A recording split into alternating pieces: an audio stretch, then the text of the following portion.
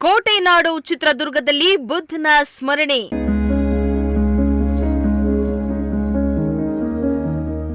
Dalai llama ಅವರ ಹುಟ್ಟುಹಬ್ಬದ ಅಂಗವಾಗಿ ಕಾರ್ಯಕ್ರಮ.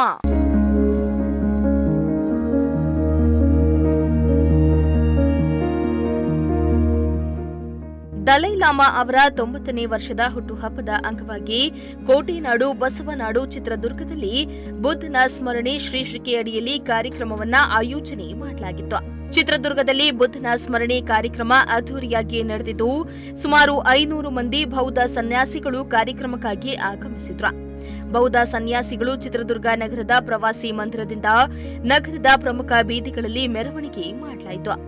ಬೌದ್ಧ ಸನ್ಯಾಸಿಗಳ ಮೆರವಣಿಗೆಗೆ ಸಚಿವ ಸಂತೋಷ್ ಲಾಡ್ ಚಾಲನೆಯನ್ನ ನೀಡಿದ್ದು, ಬೌದ್ಧ ಸನ್ಯಾಸಿಗಳಿಗೆ ಸಚಿವ ಸಂತೋಷ್ ಲಾಡ್ ಉಡುಗೊರೆಯನ್ನ ನೀಡಿ ಆತ್ಮೀಯವಾಗಿ ಸ್ವಾಗತ ಕೋರಿದ್ರು.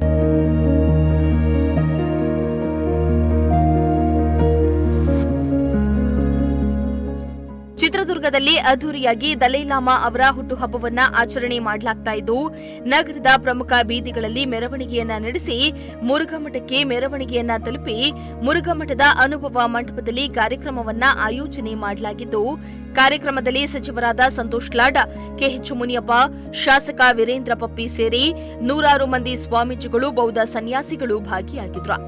ಕಾರ್ಯಕ್ರಮದಲ್ಲಿ ಬುದ್ಧನ ಸ್ಮರಣೆ ಮೂಲಕ ದಲೈ ಲಾಮಾ ಅವರ ಹುಟ್ಟುಹಬ್ಬವನ್ನ ಅರ್ಥಪೂರ್ಣವಾಗಿ ಆಚರಣೆ ಮಾಡಿದ್ರು. ವೆಂಕಟಾಚಲಪತಿ, ಪ್ರಜಾಶಕ್ತಿ ಟಿವಿ, ಚಿತ್ರದುರ್ಗ.